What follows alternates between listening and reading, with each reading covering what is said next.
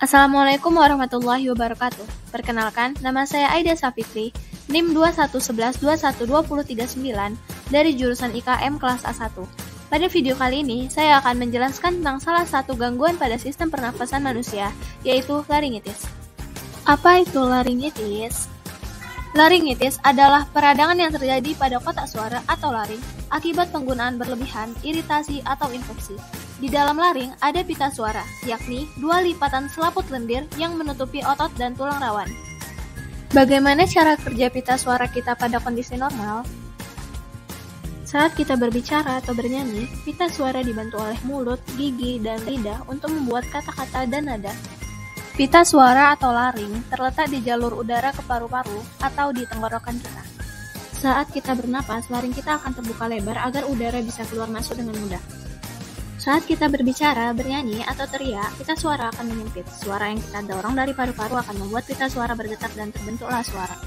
Tetapi dengan laringitis, pita suara Anda menjadi meradang atau teriritasi. Hal ini membuat pita suara membengkak yang mendistorsi suara yang dihasilkan oleh udara yang melewatinya.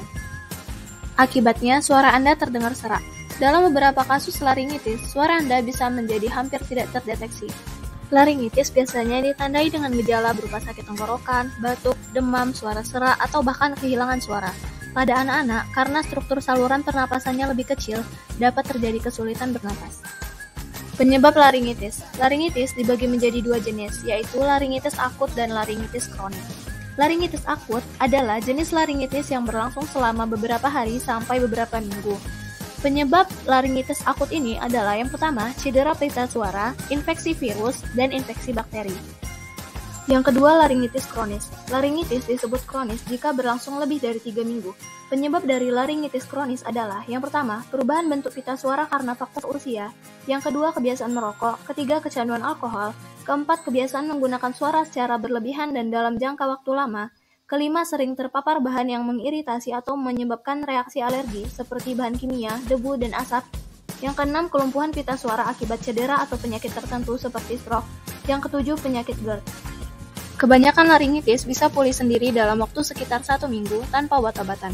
Tujuan pengobatan adalah untuk meredakan gejala yang mengganggu dan mempercepat kesembuhan. Ada beberapa cara yang bisa dilakukan untuk mencegah laringitis. Yang pertama, melakukan vaksinasi flu setiap tahun sesuai jadwal. Yang kedua, membatasi konsumsi minuman beralkohol dan berkafein. Yang ketiga, tidak merokok. Yang keempat, memperbanyak minum air putih.